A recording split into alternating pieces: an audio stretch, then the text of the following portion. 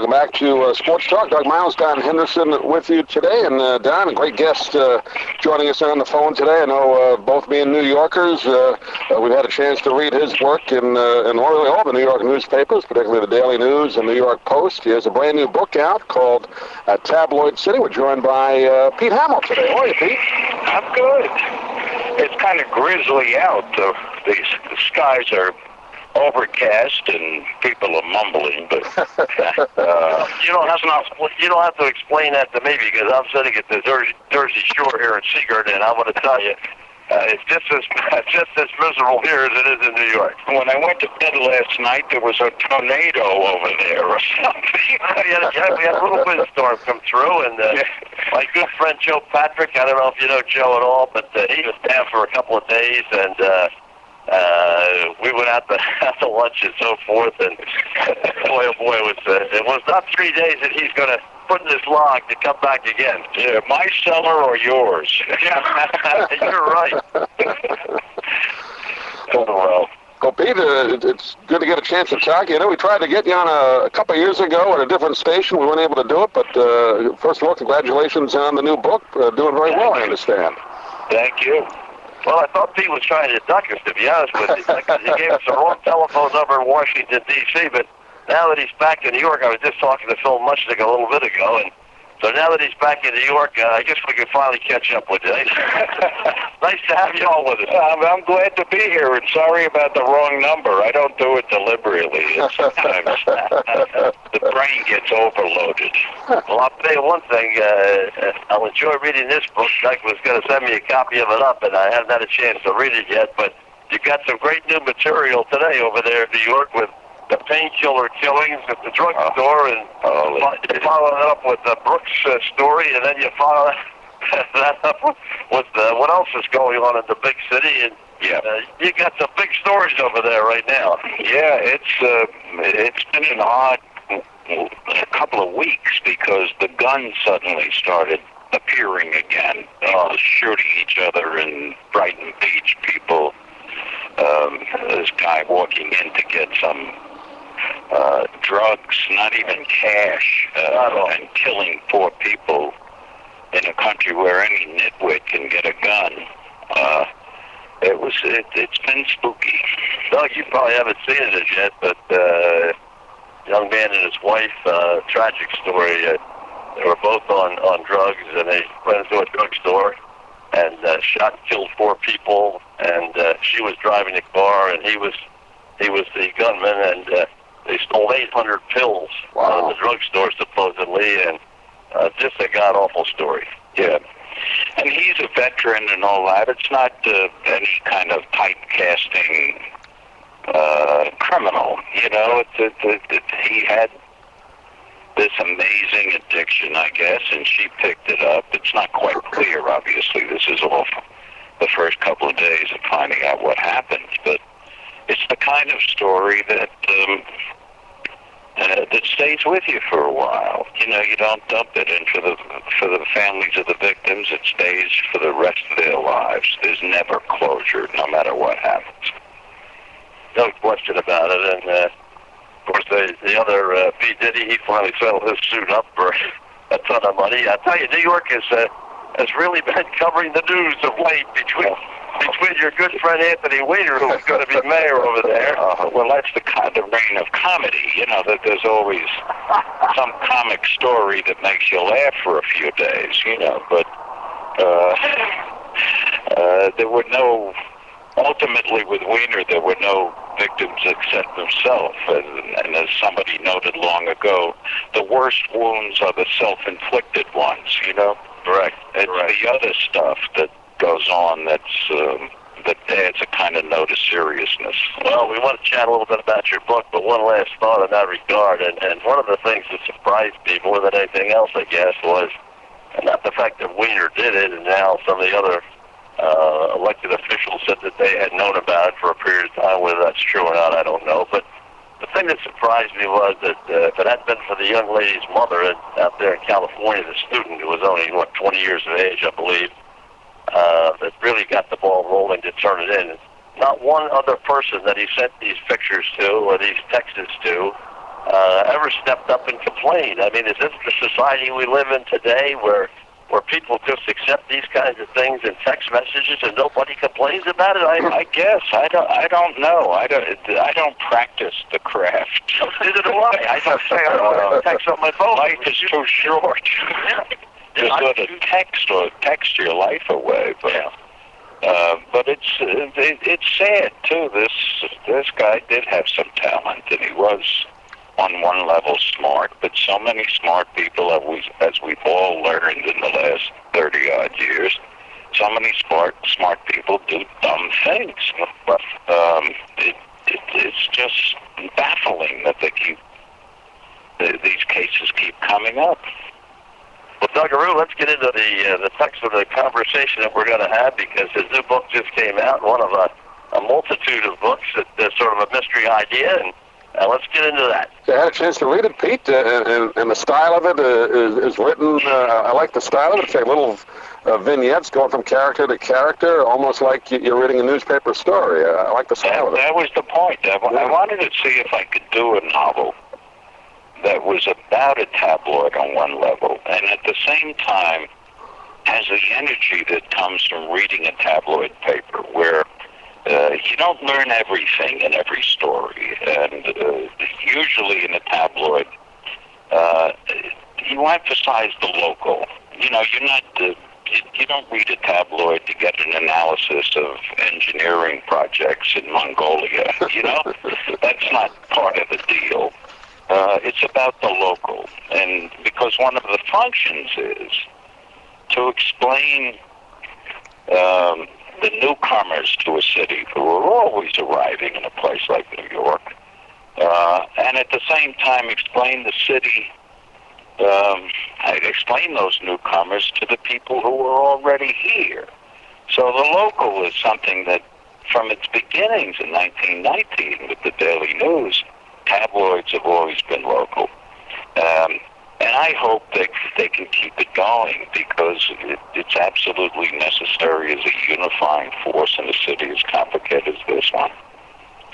Don and I were talking before we called you, Pete, about a story, kind of a sad story down here about a sheriff we know that unfortunately committed suicide, but we're talking about finding a story about it online, and that is something that is totally new in the last 10 years. You look online first now rather than the hard copy, and I guess that's the crux of the whole newspaper industry that they're fighting against, right? Yeah, well, they're mostly no longer fighting against it. What they're trying to do is accommodate the new media, the new technology, the internet, and try to get what they call hyper-local into the paper. The Times is doing it.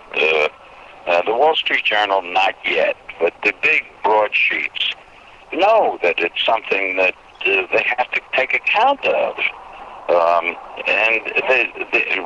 What's happening, for example, I teach at NYU, they're involved with the Times in a particularly local thing, covering the whole East Village, past and present.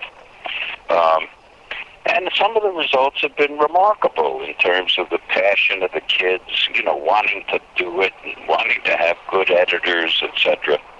And what they're able to find just on the street level of walking around and doing the things that tabloids have always done, and that's at the Times doing that. So I think that we're going to see both of them side by side for a long time, both the new media and the old media. It'll be like stick shift cars and automatic transitions on the same highway.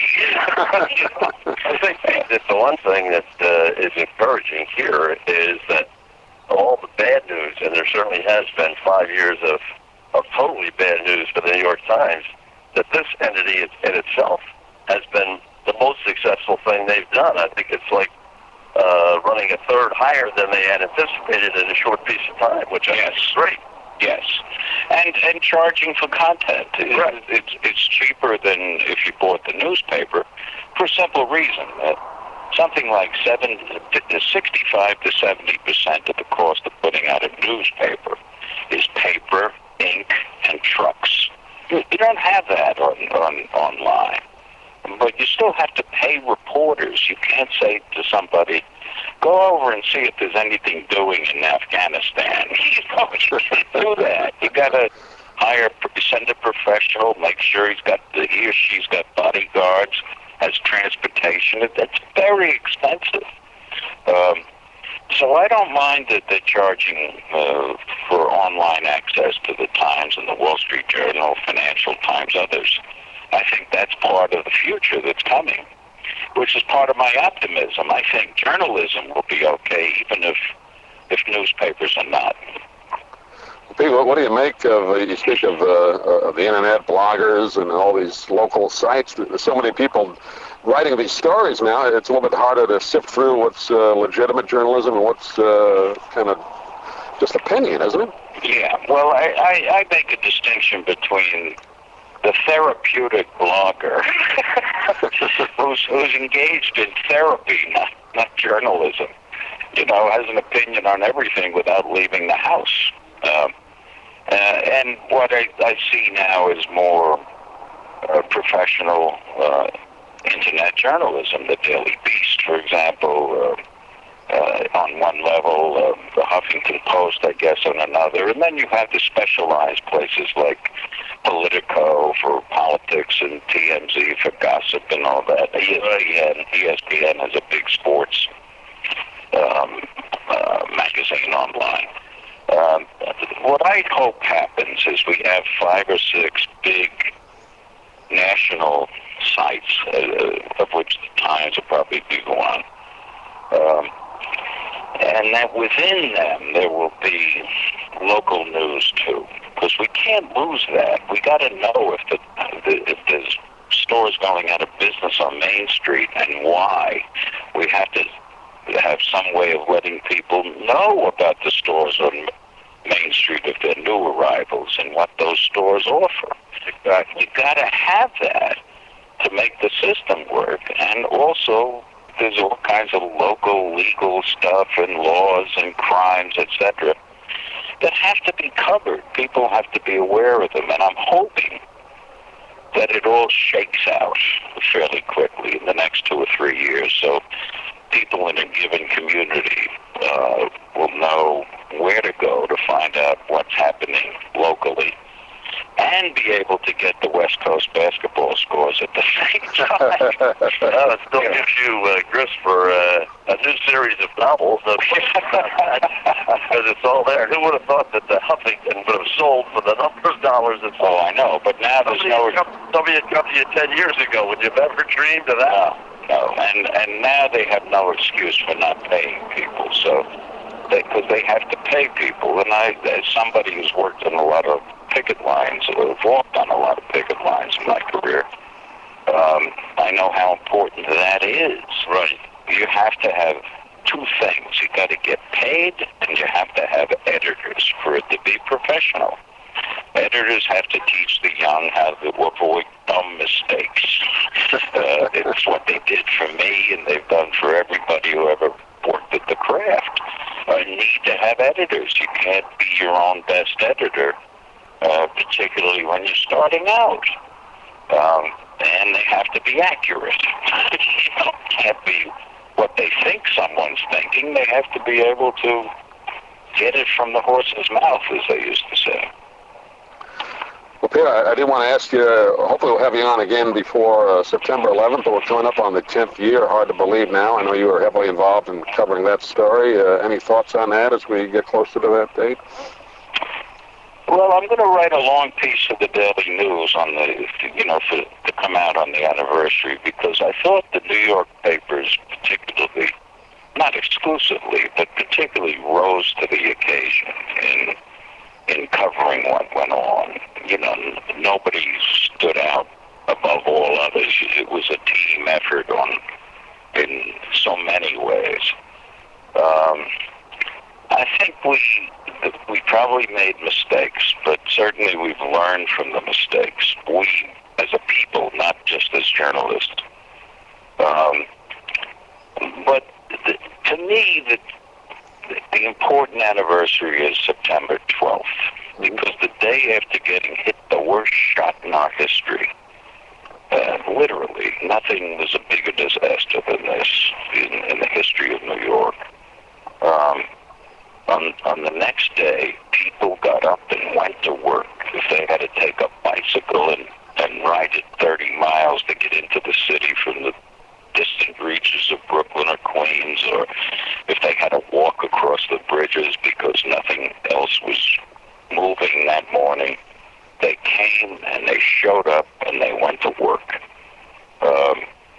At the same time, they were amazingly supportive of the rescue workers, and that included people who came from all other parts of the United States to put soup, get hot soup cooking down by the site to help the rescue workers after it was clear there was nobody left to rescue. And they were going through the motions of trying to find anybody who might have survived. All of that period was an especially deep and powerful example of human compassion, human will, and the determination not to let whoever threw the shot win. And I think in that sense, we've done pretty goddamn good. I think you're exactly right, and I think the only weakness of the entire program, of all the people that volunteered and all the things that you're talking about, is that when you get the people at the top together, they always want to point the finger and blame somebody else. Instead of blaming somebody, accept the responsibility and say, look, it wasn't the fire department, it wasn't the United States government, it wasn't the Air Force, it was a collective mistake. Yes. That was allowed. Don't point fingers at people and say, well, I agree. Giuliani didn't do this or something else. That's the biggest weakness I think we've discovered. And nor should one person stand there and take the bow. Absolutely. Because it was absolutely a team thing. You're absolutely right. It wasn't a one-man show. It was a people angry, of course, but determined not to give in to stupidity. Get up and let's get going. Right. And they're still doing it. It's lasted since then. There were better manners after it happened, and the manners are now back to New York normal, you know. But it was a time when people actually said, excuse me, on the subway, if they bumped into somebody and helped some woman with a baby carriage up the stairs. Some of that still happens, but there was nothing quite like that first 6 weeks after the calamity where people felt it had been done to all of us, you know. So, we'll look forward to that piece, Pete, and we'll love to have you on back maybe around that time if you're available to talk with us again. But again, the name of the book is called Tabloid City. Pete Hamill has been our guest, and published by Little Brown, and available on all. You have your own website, don't you, Pete? But all websites. I do. Websites have it. There's a PeteHamill.com. I don't know if I sell books on it. My daughter is the advisor. Like many of us in this country right now, they have a second generation. Like Dick Vitale, his family takes care of all his books. They take care of all his emails. You have to have a special family member just delegated to take care of these things. Yeah. But it's a new business also in the book business, you know, where book pages are vanishing from the papers, and just letting people know a book exists doesn't mean they're going to buy it, but at least they ought to hear about it before they think about ordering it. Right. If they do it through Amazon or BarnesandNoble.com. So that's another subject, but I think people are adjusting pretty rapidly to the big changes. Don, you want to wrap it up? Yep. No, I was just going to say it was a great pleasure to sit in and just have a little bit of intelligent discussion about a number of different issues that confront us right now, and from the newspaper business to the electronic business to the radio television business to the magazine and book business, and we need all of them, and we need all of them at their best. Yes, choice is better than nothing, and choice is better than only one possibility, one availability. We now have a broader section of the things we can find. We can find, for example, just a simple thing. Books that have been out of print for 5 or 10 years.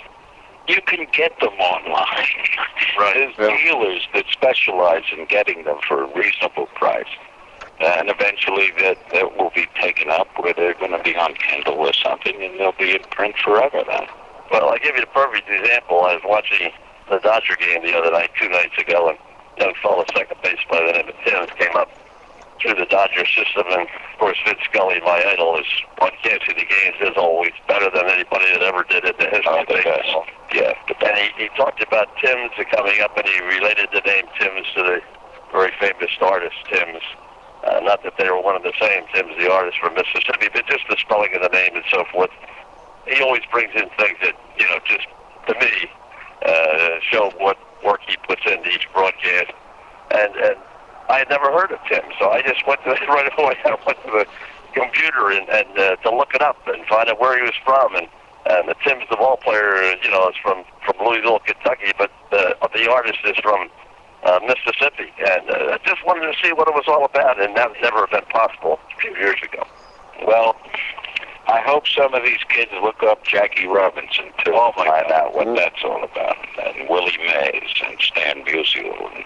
How many people have written over the last few years that they've inquired at different events, sporting events, and just asked some of the younger kids, who is number 4? Well, they're a little bit more familiar with 42 now since it's retired in every ballpark, but who was Jackie Robinson? Who was Willie Mays? Who was Ted Williams?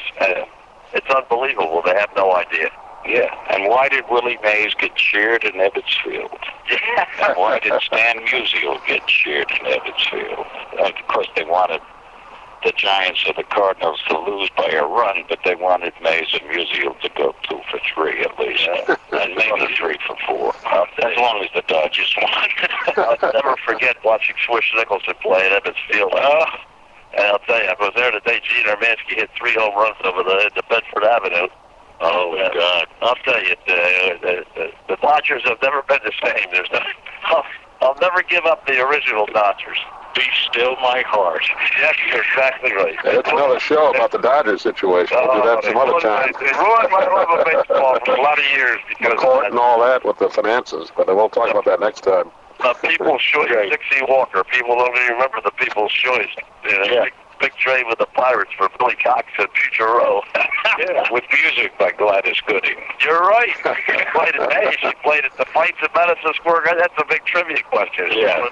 Saloon question number 22 at 2 a.m. Exactly right. Pete, now let me get out of here and let Doug close this off. And once again, an absolute pleasure. Same for me. Thank you very much. Thank you, Pete. We'll talk to you soon.